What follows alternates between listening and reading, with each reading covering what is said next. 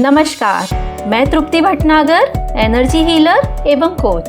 स्वागत करती हूँ आपका अपने शो हर दिन कुछ कहता है में जानने के लिए जनवरी 26 का खास पाठ। आप सभी को गणतंत्र दिवस यानी रिपब्लिक डे की बहुत बहुत बधाई।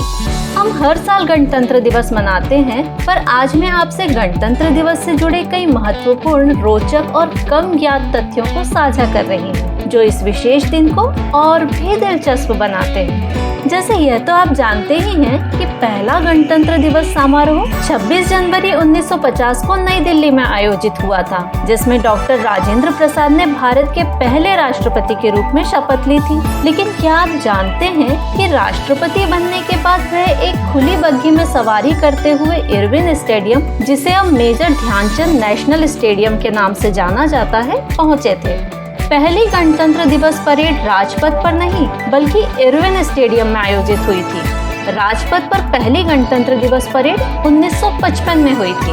1950 से 1954 तक गणतंत्र दिवस समारोह लाल किला, रामलीला मैदान, इरविन स्टेडियम, किंग्सवे और इंडिया गेट जैसी विभिन्न जगहों पर आयोजित हुआ था। भारत के पहले गणतंत्र दिवस पर इंडोनेशिया के तत्कालीन राष्ट्रपति सुकर्णो मुख्य अतिथि थे। गणतंत्र दिवस पर विदेशी नेताओं को आमंत्रित करने की परंपरा उसी समय से चली आ रही है।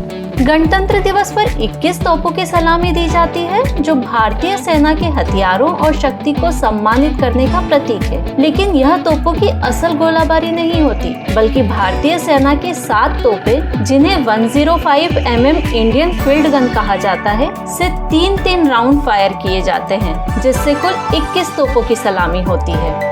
भारत के राष्ट्रपति के सम्मान में गणतंत्र दिवस पर उनके द्वारा सलामी लेने के दौरान एक विशेष लाल बत्ती का उपयोग किया जाता है, जो राष्ट्रपति भवन की छत पर लगाई जाती है। यह बत्ती राष्ट्रपति के आने और जाने का संकेत देती है।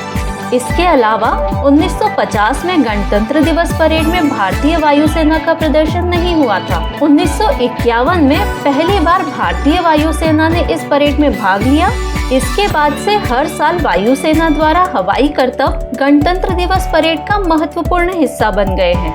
भारतीय राष्ट्रपति द्वारा गणतंत्र दिवस पर बच्चों और वयस्कों को बहादुरी के लिए वीरता पुरस्कार दिए जाने की परंपरा 1957 से शुरू हुई थी।